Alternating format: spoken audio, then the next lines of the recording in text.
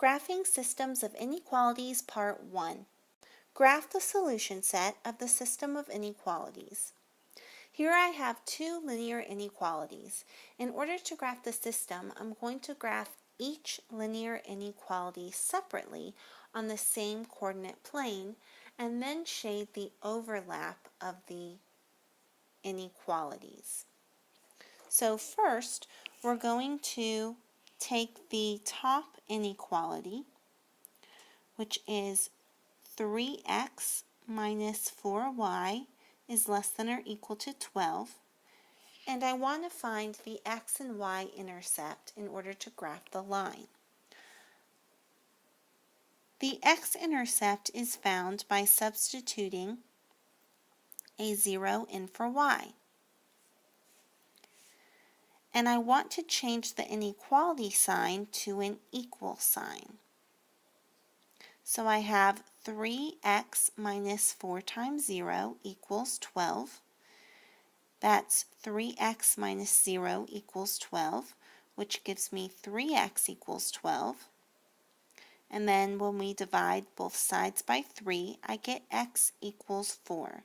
So my x-intercept is 4, 0. Next, we're going to find our y-intercept.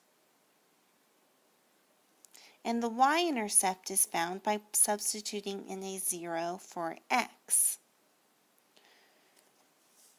So I have 3 times 0 minus 4y equals 12. This gives me 0 minus 4y equals 12, which is a negative 4y equals 12. And I'll divide both sides by negative 4. And I get y equals a negative 3. So my y-intercept is 0, negative 3. Now we'll take these 2 points and plot them on the graph. 4, 0 is here, and then we have 0, negative 3, which is here. If we look at my inequality sign, I have an equal to line underneath the sign, so that means that my line is going to be solid. Now I want to decide where to shade on the graph. Do I shade above the line or below the line? In order to determine this, we're going to choose a test point. And we can choose whatever point we want as long as it's not on the line. I'm going to choose a test point of 0, 0. And we'll plug this into the first inequality.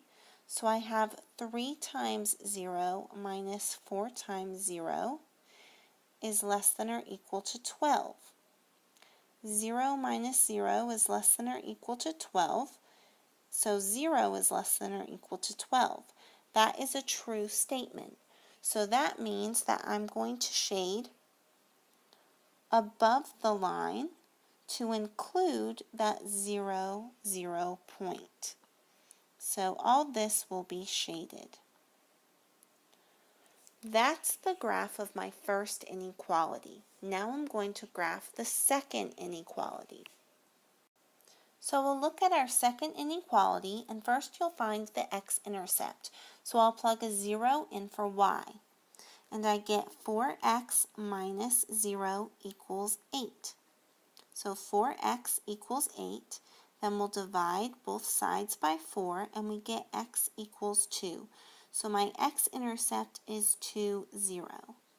Next we'll find the y-intercept.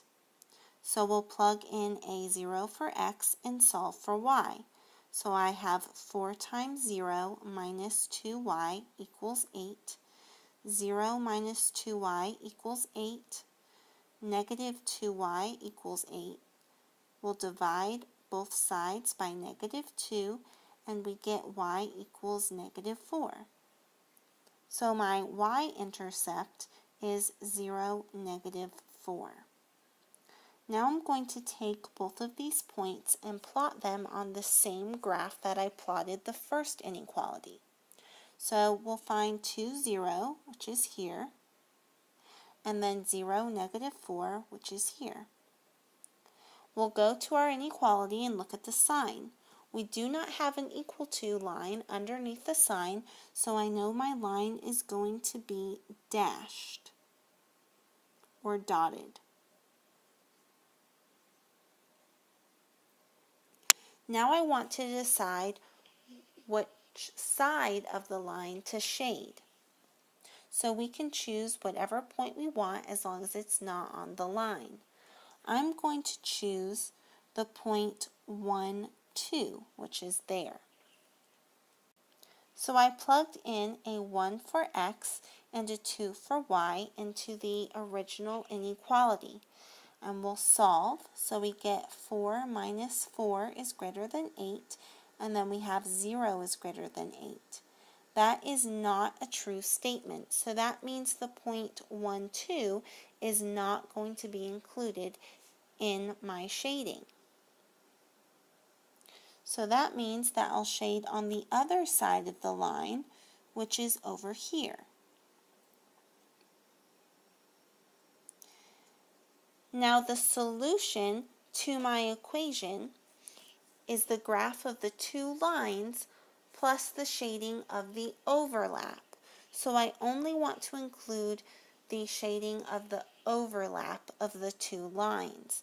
And as you can see, the overlap is going to be within these two lines here. So my solution is what you see in the graph now.